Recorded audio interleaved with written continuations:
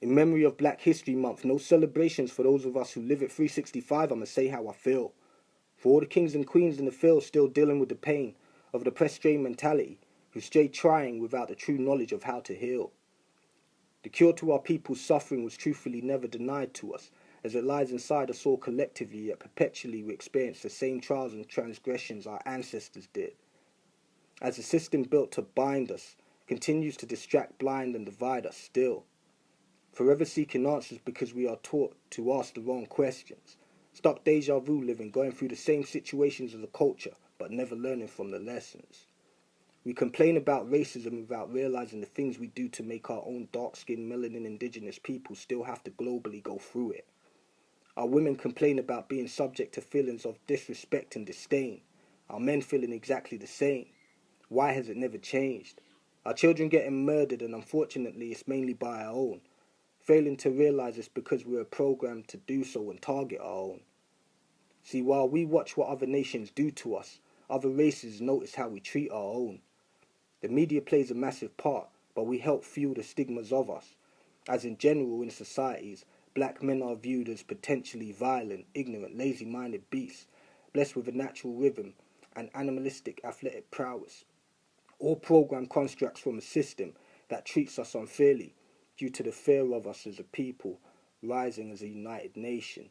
Generation after generation experiencing this simulation because perspective is reality in humanity's observations. Instead of mistreating and undervaluing our women, we need to learn how to stay committed to them while we treasure and empower them as our queens, as they are charged with bearing the fruits of future generations of our nation from our black king seeds. And our women need to do the same. We all need to take individual accountability for our own actions and collectively hold our men and women accountable to the same standards if we ever hope to achieve peace inside our own cultural communities.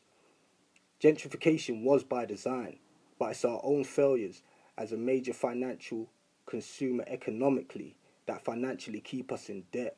Instead of marching for change or rioting from pain, we should be taking away our united spending power and investing it in our own set. Only then will we gain all other races and nations' respect. See, in their system you're taught money talks and bullshit walks.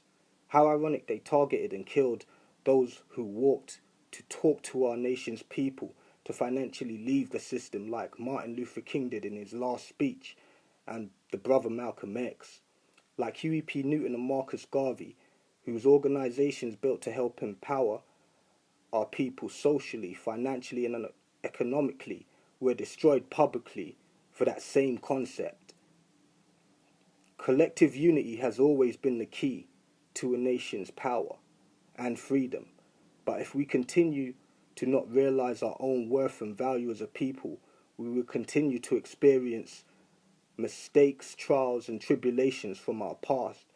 And on the table on humanity, though we were the first to be recognized in the human race, we will be targeted and treated as being lost.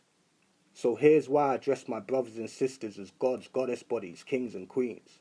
Because we were taught to believe that we were so uncivilized that civilizations only saw fit for us to be sold, tamed, and trained to be recognized throughout history as descendants of conquered slaves.